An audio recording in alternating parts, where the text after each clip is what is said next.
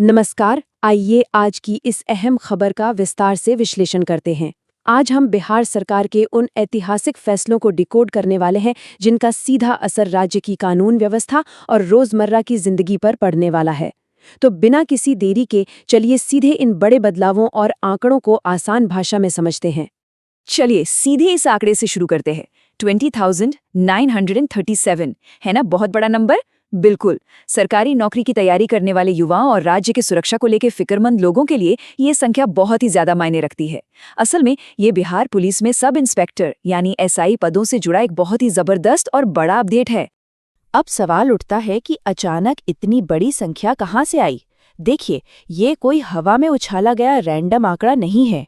मुख्यमंत्री की अध्यक्षता में हुई हालिया कैबिनेट बैठक में राज्य की कानून व्यवस्था को जमीनी स्तर से मजबूत करने के लिए ये फैसले लिए गए हैं। कह सकते हैं कि ये पुलिस बल की क्षमता को बढ़ाने और गृह विभाग को कहीं ज्यादा स्मार्ट और फुर्तीला बनाने का एक बेहद रणनीतिक और उच्च स्तरीय कदम है। इस पूरे सुधार को मुख्य रूप से दो बड़े हिस्सों में बांटा गया है। तो आइए पहले हिस्से की तरफ बढ़ते हैं, तेजी से बढ़ते शहरीकरण और उससे पैदा होने वाली यातायात की चुनौती।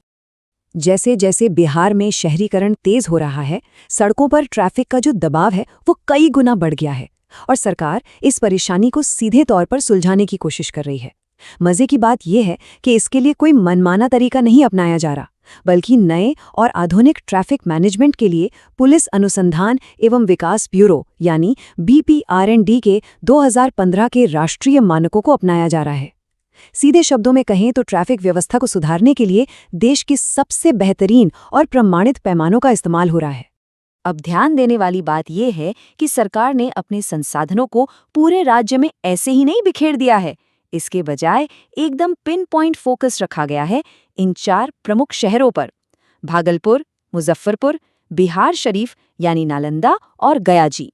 ये वो तेजी से बढ़ते हुए शहरी केंद्र हैं जहां ट्रैफिक असल में एक बहुत बड़ा सिरदर्द बन चुका है और इसीलिए सबसे पहले यहीं पर इन नए नियमों को लागू किया जा रहा है। और इन 4 शहरों की ट्रैफिक उलझन को सुलझाने के लिए एक और बेहद अहम नंबर सामने आता है, 485। जी हाँ, ये 485 एकदम नए विशेष रूप से ट्रैफिक पुलिस के पद हैं जिन्हें अभी-अभी सृजित किया गया है। ये पद खास तौर पर इसलिए बनाए गए हैं ताकि इन शहरों के भारी भरकम ट्रैफिक ग्रिड को बहुत ही सलीके से हैंडल किया जा सके। लेकिन ठहरे, बात यहीं खत्म नहीं होती। केवल नई नौकरियां ही नहीं बनाई जा रही हैं। जो पहले से सृजित 1606 पद थे ना, अब उन्हें भी पूरी सख्ती के साथ सिर्फ और सिर्फ इन्हीं 4 शहरों के लिए रिजर्व कर दिया गया है। मतलब साफ है, 48 नए पदों के साथ साथ 1000 से ज्यादा मौजूदा पदों की भी इन इलाकों में तैनाती होगी ताकि जमीन पर इसका पूरा और पुख्ता असर दिख सके। इन सारे आंकड़ों के पीछे का जो असली विजन है वो बिल्कुल शीशे की तरह साफ है। सरकार ये अच्छे से समझ चुकी है कि अब सड़कों पर सिर्फ सिपाही खड़े करने से काम नहीं चलेगा। आज के वक्त में आधुनिक ट्रैफिक समस्या को पुराने तरीकों से नहीं सुलझाया जा सकता। अब जरूरत है तकनीकी रूप से सक्षम अधिकारियों की जो आज के स्मार्ट ट्रैफिक मैनेजमेंट सिस्टम को गहराई से समझे और उसे पूरी तरह से लागू कर सके। चलिए अब दूसरे बड़े पहलू की तरफ रुख करते हैं और देखते हैं कि सब इंस्पेक्टर पदों का ये ऐतिहासिक पुनर्गठन कैसे होने वाला है। याद है, शुरुआत में हमने 20,937 की एक बड़ी संख्या की बात की थी। अब समझते हैं कि उस नंबर के साथ असल में होने क्या जा रहा है। सरकार ने इन सब इंस्पेक्टर पदों को एकदम 50-50% के अनुपात में बांट दिया है। आधा हिस्सा यानी 50% सीधी भर्ती से भरा जाएगा, जो नए और युवा उम्मीदवारों के लिए शानदार मौके लेकर आएगा, और बाकी का 50% प्रोन्नति यानी प्रमोशन के लिए रखा गया है, जो उन अनुभवी पुलिसकर्मियों को उनका हक देगा जो लंबे अरसे से अपनी सेवाएं दे रहे हैं। तो सबसे अहम बात यह है कि ये फैसला दोनों मोर्चों पर एकदम सटीक निशाना लगाता है।